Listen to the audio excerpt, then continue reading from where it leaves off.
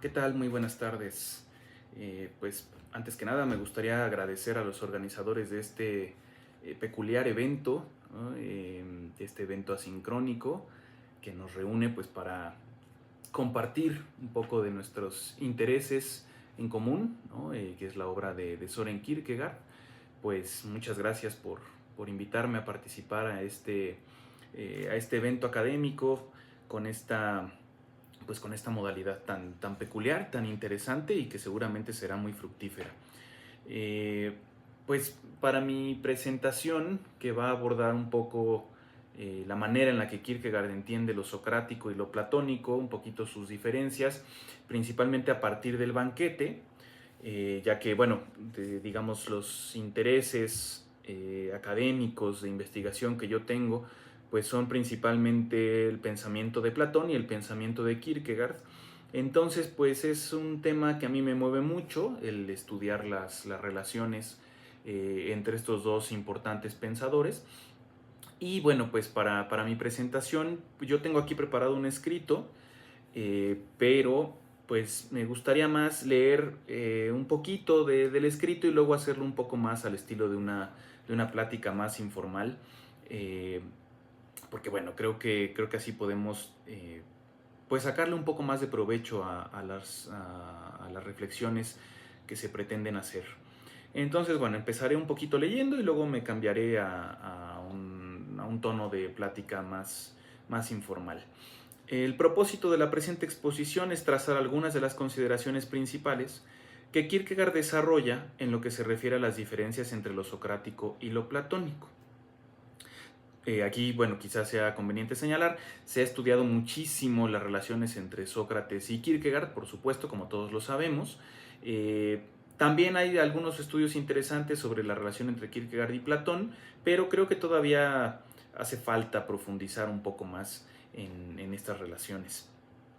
Bueno, entonces aquí trataremos de rastrear un poco las diferencias entre lo socrático y lo platónico, tal como las entiende Kierkegaard, tomando como referencia el análisis que el escritor danés realiza sobre el diálogo platónico del banquete. ¿Por qué vamos a tomar este diálogo? Bueno, como el propio Kierkegaard señala, es en esta obra donde él encuentra más claramente diferenciado el momento socrático del platónico en la exposición. También se buscará esbozar una comparación de la propuesta kierkegaardiana con algunas de las interpretaciones principales que se han hecho acerca de lo socrático y lo platónico en este diálogo. En primer lugar, trazaré algunos de los elementos centrales que Kierkegaard descubre en el método socrático del preguntar.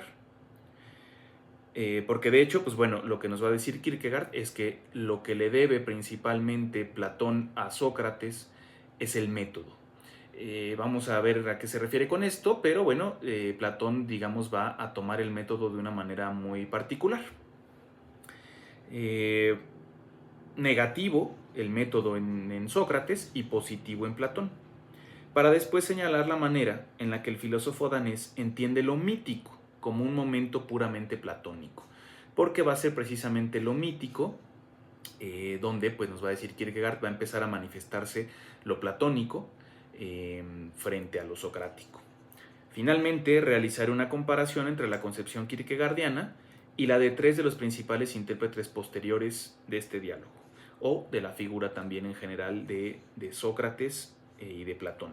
Grote, del siglo XIX, Blastos y Reale, del siglo XX.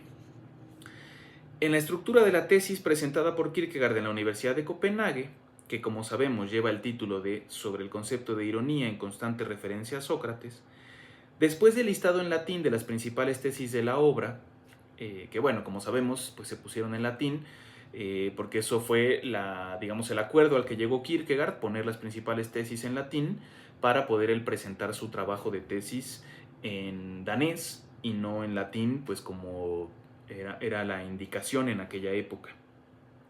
Y después de la introducción, el primer apartado lleva por nombre La concepción se hace posible. Y en él, tal como este título nos indica, Kierkegaard quiere establecer los principios metodológicos que harán posible una caracterización histórica de Sócrates, ya que todo estudioso de esta peculiar personalidad ateniense se topa con el problema de que Sócrates no dejó nada por escrito, por lo que solo podemos acceder a su figura a partir de testigos directos e indirectos de su actuar. Como sabemos, pues Sócrates no nos dejó nada por escrito y esto ha generado todo un debate, ¿no? Dentro de los estudios de Sócrates, pues que se le conoce como la cuestión socrática, ¿no? Un poco también en esta referencia a la cuestión homérica. Y como la cuestión homérica también, digamos, dentro de la cuestión socrática se llegó incluso a sostener alguna vez que Sócrates no había existido, ¿no? Cosa que, bueno, ya parece superada, ¿no? Un poco en analogía también con lo que pasó con Jesús de Nazaret, que pues también, aunque hay todavía algunas personas por ahí que sostienen su no existencia histórica, pues ya parece un debate superado. Igual en el caso de Sócrates, ¿no? Lo cual, pues saber que existió históricamente no nos resuelve la cuestión de quién fue realmente. Y Kierkegaard en este primer apartado, la concepción se hace posible, como el nombre lo dice, pues precisamente lo que busca es esto, ¿no? ¿Cómo podemos recuperar históricamente la figura de Sócrates?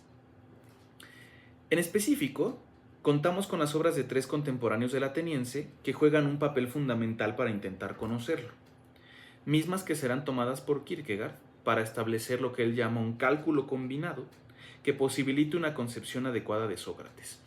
Estas 3 fuentes son Jenofonte, Platón y Aristófanes. Después de realizar duras críticas a las concepciones de Jenofonte, que bueno, pues es muy interesante, lo que nos va a decir Kierkegaard es que Jenofonte no supo distinguir la contradicción entre lo interno y lo externo de Sócrates, ¿no? Que es algo de lo que caracteriza esencialmente a Sócrates, según nos dice Kierkegaard, esta contradicción entre su exterioridad y su interioridad.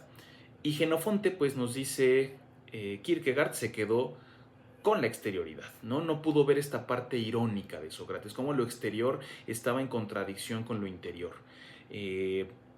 Y debido a ello, pues sus análisis quedaron en una superficialidad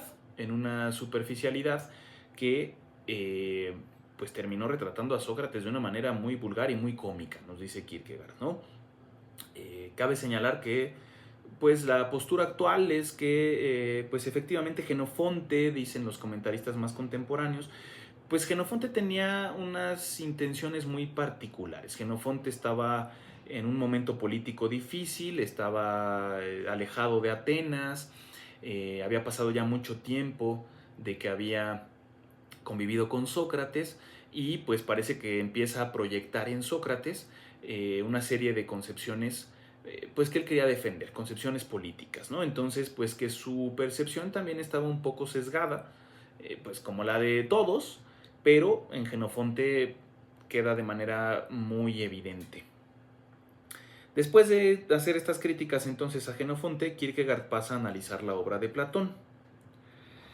Tras expresar con el estilo que lo caracteriza su apasionamiento por los diálogos platónicos, y él, como él lo dice, cito, agradecimiento y consuelo que encontré al leer a Platón, después del aburrido Jenofonte, nos dice, ¿no? El escritor danés nos recuerda que toda separación de lo socrático y lo platónico se torna difícil, ya que el amor que Platón poseía por Sócrates hace que el espíritu socrático recorra todos los diálogos. Y aquí pues me gustaría traerles una cita muy bonita, ¿no? Donde pues Kierkegaard va a hacer una analogía entre los amantes y Sócrates y Platón, ¿no? Y nos dice Kierkegaard, cito, no me pondré aquí a analizar hasta qué punto el agradecido discípulo creyó, y no solo eso, sino que deseo serle deudor con la juvenil exaltación de un mancebo enamorado, puesto que nada le era amado si no provenía de Sócrates. O si fue él mismo, cuanto menos, copropietario y confidente de esos amorosos secretos del conocimiento, porque hay quien consiente en un acuerdo sin ceñirse a la limitación del otro, sino que mediante la percepción del otro se ensancha y alcanza una dimensión sobrenatural, pues el pensamiento solo se comprende a sí mismo, solo se ama a sí mismo cuando se haya incorporado a la esencia del otro. De manera que lo que cada uno posee como propio no solo viene a ser indiferenciable en los seres a tal punto armonizados, sino que es imposible separarlo, puesto que cada uno sigue sin poseer nada, mas lo posee todo en el otro. Hasta aquí la cita. Como ven, pues es una manera muy poética, muy bonita de plantear el típico problema de qué es socrático y qué es platónico. Kierkegaard nos dice, bueno, que él no va a profundizar demasiado, aunque sí nos va a dar una serie de guías muy interesantes para distinguir. Porque, bueno, pues él nos plantea muy bien, ¿no? Hasta qué punto Platón creyó que todo venía de Sócrates, o quiso creerlo por el amor que le tenía, o si bien él también fue copropietario, ¿no? Y él también aportó algo de los conocimientos, pero siempre sabiendo que tenía una deuda inherente, que estaba armonizado, como dice Kierkegaard, con Sócrates. La postura actual, pues el mayor consenso es pues precisamente este, ¿no? Que efectivamente en los diálogos platónicos encontramos una parte socrática y encontramos una parte platónica que pueden ser difíciles de distinguir, pero que Platón estaba muy consciente de que todo el espíritu de su filosofía tenía pues una esencia socrática, ¿no?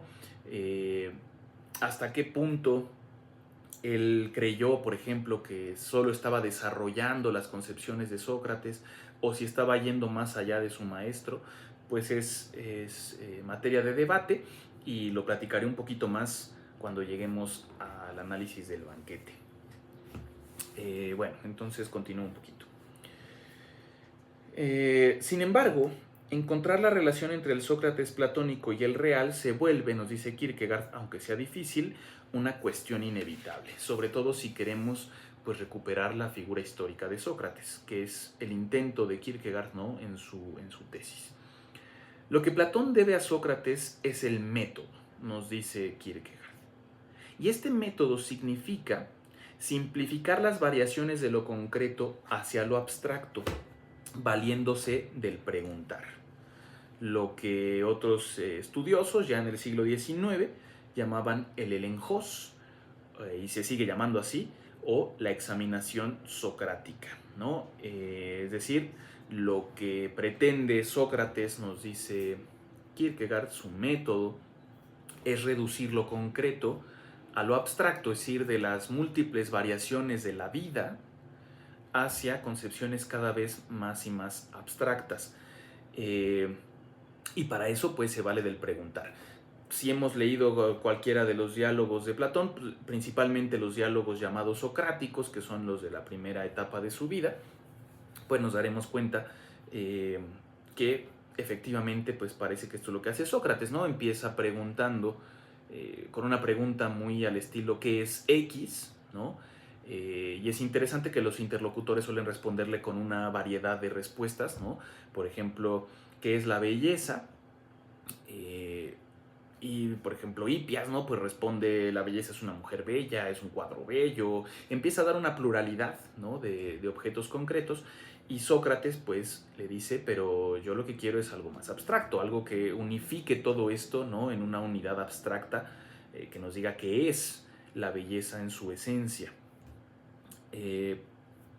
Lo que nos va a decir Kierkegaard aquí, y que se me hace a mí sumamente interesante, es que este llegar a lo abstracto del método socrático se puede entender de dos formas, o puede haber dos intenciones detrás de este llegar a lo abstracto.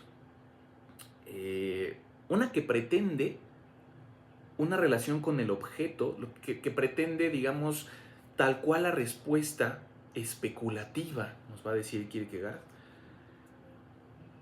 que responda a la esencia del objeto. Si yo pregunto qué es la belleza, pues una primera formulación abstracta especulativa sería que efectivamente me dijeran qué es la belleza. Es una primera forma de entender este método. Pero habría una segunda que nos dice Kierkegaard, es la relación del individuo con otro individuo. En el preguntar yo puedo tener una relación con el objeto, donde el individuo es algo accidental, ¿no? Entre los dos estamos buscando la esencia del objeto, porque lo que estamos buscando es una finalidad objetiva, que es la belleza. Pero también al preguntar hay una relación de individuo a individuo, esencial, o puedo tener esa intención. Es decir, lo que nos está diciendo Kierkegaard es que la manera en la que Sócrates preguntaba era una manera en la que quería establecer una relación con otro individuo. No le importaba tanto la respuesta objetiva a su pregunta, es decir, no le importaba tanto realmente responder qué es la belleza, como más bien establecer una relación con el individuo en el que se dirigía al individuo en esencia, ¿no? Pero ¿para qué? ¿Qué es lo que pretendía? Lo que pretendía, nos va a decir Kierkegaard, era vaciar todo el contenido de las respuestas que daba ese individuo. Es decir, dejarlo en el vacío por completo, ¿no? Esto es un poco, pues la ironía, esto es la ironía de Sócrates, el vaciamiento abstracto del contenido. Entonces, digamos, yo puedo preguntar con una finalidad objetiva, especulativa, va a decir Kierkegaard, buscando la respuesta que me dé la esencia del objeto que estoy buscando, o puedo preguntar de manera irónica, es decir, dirigiéndome al individuo con la exterioridad de que estoy buscando una respuesta, pero en realidad lo único que se está haciendo es eliminar todas esas respuestas, vaciarlas de contenido, quedarnos en una abstracción vacía. Y eso es lo irónico. Voy a citar una vez más a Kierkegaard en esta parte, para que quede un poquito más claro. Entonces, cito: la intención con la que uno pregunta puede ser de dos tipos. En efecto, uno puede preguntar con la intención de obtener una respuesta que contenga la plenitud deseada, de modo que cuanto más se pregunta, tanto más profunda y significativa resulta la respuesta, ¿no? Es decir, seguimos manteniendo la pregunta, seguimos una cadena de preguntas para ir profundizando cada vez más en el contenido objetivo de lo que estamos buscando. O puede uno preguntar no con interés de respuesta, sino para succionar a través de la pregunta el contenido aparente, dejando en su lugar un vacío. El primero de los métodos presupone naturalmente que hay una plenitud, que hay una respuesta objetiva a eso que estamos buscando. El segundo, que hay un vacío. El primer método es el especulativo, el segundo, el irónico. En este último método se ejercitó particularmente Sócrates. Entonces, va a ser importante todo esto porque todo esto va a ser la clave interpretativa con la que Kierkegaard se va a analizar el banquete, ¿no? Tenemos entonces una forma de preguntar que busca el vaciamiento del contenido, la abstracción vacía, que es el preguntar irónico, y tenemos una forma de preguntar objetiva, especulativa, que busca la plenitud de la respuesta y que busca una respuesta cada vez más plena, ¿no? Una respuesta que se adecue cada vez más al objeto que estamos buscando. Bueno, considerando estas dos cuestiones entonces, pues Kierkegaard empieza a analizar los diferentes diálogos para, pues para llegar a su conclusión de qué es lo socrático y qué es lo platónico. Una pequeña aclaración que nos va a hacer Kierkegaard antes de abordar esto es que lo abstracto entonces no necesariamente llega a una respuesta, no llega a una plenitud. Lo dialéctico podríamos decir ahora también, es decir, el método de preguntas, de respuestas, racional, no necesariamente se encamina a una respuesta de plenitud, porque Sócrates lo usaba para el vaciamiento, y lo mítico, que en un primer momento podríamos pensar que es vacío de contenido en el sentido típico, ¿no? En el sentido especulativo, objetivo y demás, pues puede ser precisamente una gran plenitud, puede tener una gran plenitud especulativa, nos va a decir Kierkegaard. O como lo dice él, examinaré, cito, con más detalle, un par de diálogos a fin de mostrar cómo puede lo abstracto rematarse en ironía y lo mítico presagiar una especulación más rica. Bueno, entonces, el primer diálogo que va a analizar es precisamente el banquete. Nos va a decir cómo los primeros diálogos platónicos se rematan en ironía, y esto nos muestra un poco, pues claro, la influencia de la academia en su época, de cómo veían el banquete como uno de los primeros diálogos, porque pues actualmente el consenso es que el banquete es un diálogo de madurez, ¿no? Que es un diálogo no de los primeros diálogos de Platón, sino ya un diálogo más sólido, más maduro, de una segunda etapa de Platón. Pero en la época de Kierkegaard, pues por influencia de Schleiermacher y algunos otros, estos temas, por ejemplo el banquete, el Fedro, se veían como los primeros diálogos porque eran tanto menos especulativos, precisamente porque había mucha parte mítica, lo cual lo atribuían a la juventud de Platón, y por los temas, por ejemplo, amorosos, que ellos decían, pues son temas muy propios de la juventud, ¿no? Esto se va a ver, la influencia de estas concepciones en Kierkegaard, porque de hecho él va a decir que en los primeros diálogos lo mítico está en oposición a lo dialéctico, a lo más racional, diríamos, y después lo mítico va a ser una forma de expresar de otra manera lo racional, para finalmente Platón abandonar lo mítico y quedarse en lo más dialéctico, ¿no? El consenso actualmente pues no parece que vaya un poco por esa línea, pero bueno, eso no le quita, me parece a mí, nada de la validez que va a hacer Kierkegaard en su análisis de lo mítico en el banquete. Bueno, entonces, ¿cómo va a analizar Kierkegaard el banquete? Por lo menos voy a abordar una de las partes. Pues primero esboza rápidamente los discursos de los diferentes oradores, que como ustedes saben, pues el banquete de Platón es una reunión de aristócratas para tomar, celebrando a Agatón, el poeta, que acaba de ganar uno de los concursos de poesía de Atenas, y pues se reúnen para beber, para celebrar a Agatón, y pues se les ocurre ahí hacer un encomio, un elogio de Eros, pues el dios del amor, ¿no? Y bueno, cada uno de los oradores empieza a dar un discurso elogiando a esta divinidad, y Kierkegaard pues esboza rápidamente esto porque él nos dice que en realidad esos discursos no tienen nada que ver con lo que dirá Sócrates posteriormente, y esta es su primera clave interpretativa. Esos discursos en realidad son accesorios a lo que va a decir Sócrates después. ¿Cómo lo analizaríamos desde una perspectiva contemporánea? Pues diríamos que efectivamente esos discursos no tienen mucho que ver con lo que va a decir Sócrates, pero sí con lo que se considera platónico en este diálogo. Bueno, no puedo ahorita profundizar mucho en eso, pero solo quería señalarlo. Entonces, ¿qué es lo que va a hacer Sócrates cuando él interviene?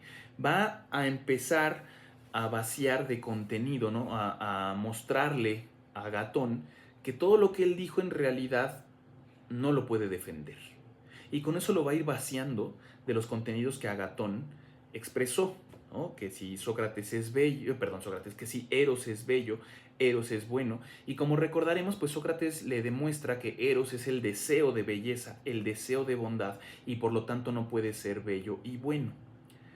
De esa manera, pues Sócrates vacía de contenido a Agatón y nos deja, dice Kierkegaard, nos deja en una abstracción completamente vacía, porque el deseo no nos dice nada, ¿sí?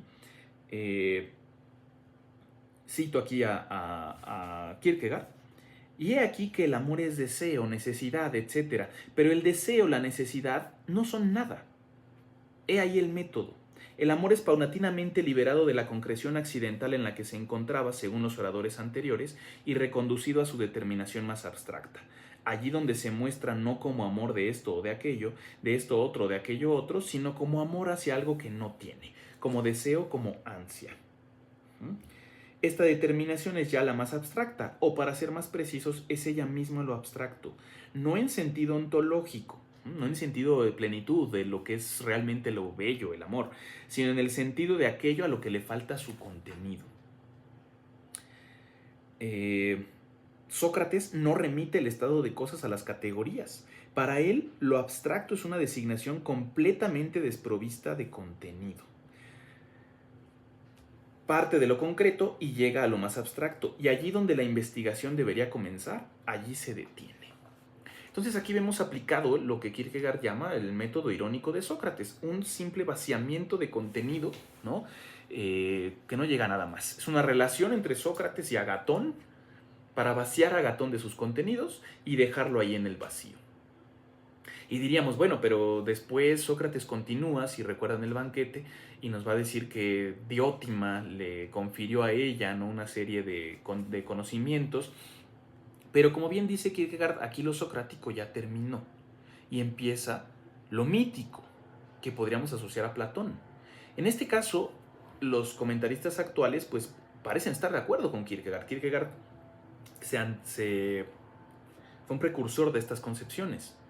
Lo socrático parece ser, nos dice Reale, la purificación.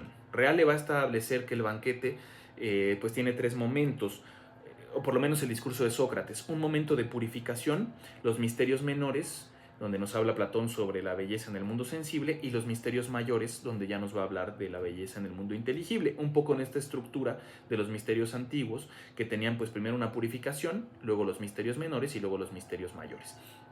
En este caso, pues, la parte socrática sería la purificación, nos dice Reale, y en eso concuerda con Kierkegaard, ¿no?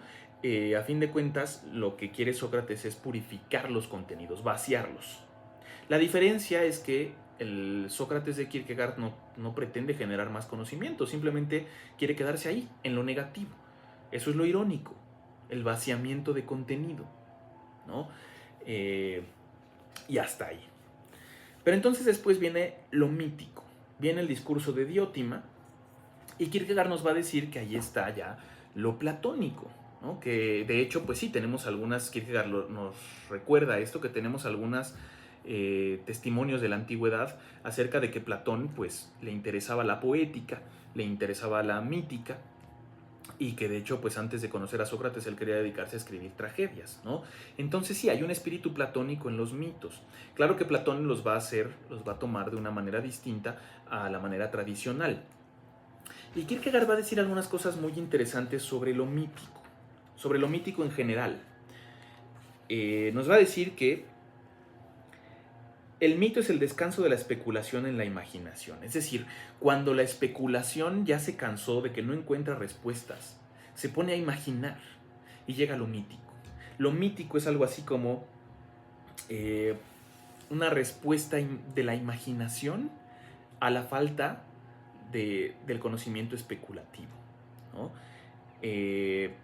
Algo que nos va a decir Kierkegaard que es muy interesante ya, digamos, en específico de Platón, y que me parece que es un señalamiento muy apropiado y que no he visto retomado del todo en los comentaristas platónicos actuales, bueno, los comentaristas de Platón, es que hay una historia interna de lo mítico en Platón. Que lo mítico no funcionó de manera similar en todos los diálogos de Platón, sino que con los cambios en su vida, pues lo mítico fue adquiriendo diferentes intenciones, diferentes modalidades, diferentes perspectivas. En un primer momento, como ya les decía, nos va a decir Kierkegaard, pues se opone a lo dialéctico. Es el caso del banquete. Nos va a decir Kierkegaard, lo mítico aparece una vez que la dialéctica se cansa y nos muestra la negatividad de la dialéctica, es decir, los límites, que no llegó a la respuesta que buscaba. Sin embargo, se sigue buscando ahí una respuesta, es decir, se sigue intuyendo una respuesta, porque el talante de Platón, nos va a decir Kierkegaard, a diferencia del socrático, es un talante especulativo, es un talante que encontró en lo abstracto una nueva manera de abordar problemas para tratar de encontrarles respuesta. Pero como en un primer momento Platón no encontraba las respuestas, y de hecho Kierkegaard nos va a decir que él nunca las encontró en un tono plenamente dialéctico, algo que también es muy interesante de analizar, aunque ahorita no pueda profundizar mucho, siempre hubo un talante especulativo. Los mitos para Platón también funcionaban de una manera que apuntaba a lo especulativo, si bien no estaba plenamente desarrollado, y el propio Platón no era una manera distinta, y esto es importante lo que nos dice Kierkegaard, no era una manera distinta de abordar una respuesta que él ya tenía. Era un juego de la imaginación que intuía una respuesta que después Platón trató de desarrollar en lo dialéctico, pero que siempre se mantuvo diferente, digamos, a lo dialéctico en este primer momento mítico. Lo mítico es la imaginación cansada de la especulación negativa, nos va a decir Kierkegaard, sin que sea lo poético, es decir, sin ser una creación completamente libre del autor. Eso es importante. No es lo que al autor decida. Es un juego de la imaginación que el autor no controla, porque hay una intuición ahí que trasciende al autor. El desarrollo platónico es el desarrollo cada vez más dialéctico y abstracto de lo que está en semilla, en lo mítico. A eso nos va a decir Kierkegaard. Entonces, bueno, digamos, un pequeño esbozo de cómo Kierkegaard va a entender lo socrático como lo negativo, como una forma de preguntar irónica que busca lo abstracto vacío, frente a lo platónico que va a desarrollar lo especulativo, que a partir de lo abstracto que obtuvo de Sócrates, y por eso es que no podemos separarlos por completo, Platón sí va a tener un talante especulativo que en un primer momento, como no encuentra las respuestas, se va a girar a la imaginación mítica, para después irlo desarrollando. Esto es, digamos, a grandes rasgos, la manera en la que Kierkegaard distingue en el banquete lo socrático de lo platónico. Me hubiera gustado profundizar mucho más, pero bueno, por cuestiones de tiempo no puedo hacerlo. Solo me gustaría señalar rápidamente, ya platiqué un poquito de Reale y cómo también parece coincidir un poquito en su interpretación del banquete. Me gustaría mencionar rápidamente en 2 minutos la forma en la que Grote del siglo XIX y Blastos del siglo XX interpretan la figura de Sócrates y sus relaciones con Kierkegaard. Tanto Grote como en un primer momento Blastos concuerdan con Kierkegaard en el sentido de que Sócrates sería una figura meramente negativa, que lo único que quería era ejercer su método para mostrar que las personas no saben, pero que no iba más allá, que se quedaba en el momento negativo y no llegaba ya a la especulación. Blastos, por otro lado, en un segundo momento, y él lo va a decir tal cual, ¿no?, que tuvo un giro. Blastos, por cierto, dentro de la tradición analítica, el filósofo más importante que recuperó la historia de la filosofía para la filosofía analítica, principalmente de la filosofía antigua y en específico Sócrates y Platón, pues Blastos en un primer momento sostiene la negatividad absoluta de Sócrates, pero después se va a girar a decir que en realidad Sócrates lo único, digamos, a lo que llegó es a que él tenía una serie de concepciones positivas que nadie le había rebatido. Y que mientras no se las rebatieran, él no podía asegurar que esa era la verdad, pero sí era lo mejor que se podía sostener, porque todas las otras concepciones no pasaban su prueba del Elenjós, su prueba del examen socrático. Pero estas concepciones, por ejemplo, de no hacerle mal a nadie, ¿no? No devolver injusticia por injusticia, vale más la virtud que cualquier otra cosa, eran concepciones que él podía sostener porque nadie se las había tirado. Entonces, bueno, el debate ahí sigue, pero creo que Kierkegaard generó una concepción importante que sí terminó teniendo influencia acerca de lo negativo como algo primordial en Sócrates. Algo que no era lo característico de su época, porque en realidad se veía a Sócrates como una especie de héroe moral, ¿no?, más que una especie de sujeto cuestionador y excesivamente irónico, bueno, eminentemente irónico, dice Kierkegaard, asentado en lo negativo, ¿no? Y en lo que se refiere a Platón, pues yo me quedaría mucho con esto de la historia interna de los mitos en Platón, más allá de cómo entendamos la mitología. Kierkegaard nos mostró una manera, pero creo que es muy rescatable y hay que seguir trabajando esta idea de que hay una historia interna en la mítica de Platón. Bueno, pues por cuestiones de tiempo tengo que detenerme ahí, pero espero que por lo menos estos esbozos de reflexiones sobre lo socrático y lo platónico, tal como los entiende Kierkegaard, en el concepto de la ironía, porque es cierto que también hay una historia interna de las interpretaciones de Kierkegaard acerca de Sócrates y Platón, pues haya sido un tanto de su interés, y ojalá tengamos alguna otra oportunidad para profundizar más en el discurso de Diótima y cómo lo va a entender Kierkegaard, pues para comprender más lo que a mí me interesa mucho, que es las relaciones entre Kierkegaard y Platón. Pues muchísimas gracias, gracias otra vez a los organizadores, me dio mucho gusto poder participar en este evento y les mando un gran saludo a todos ustedes. Gracias.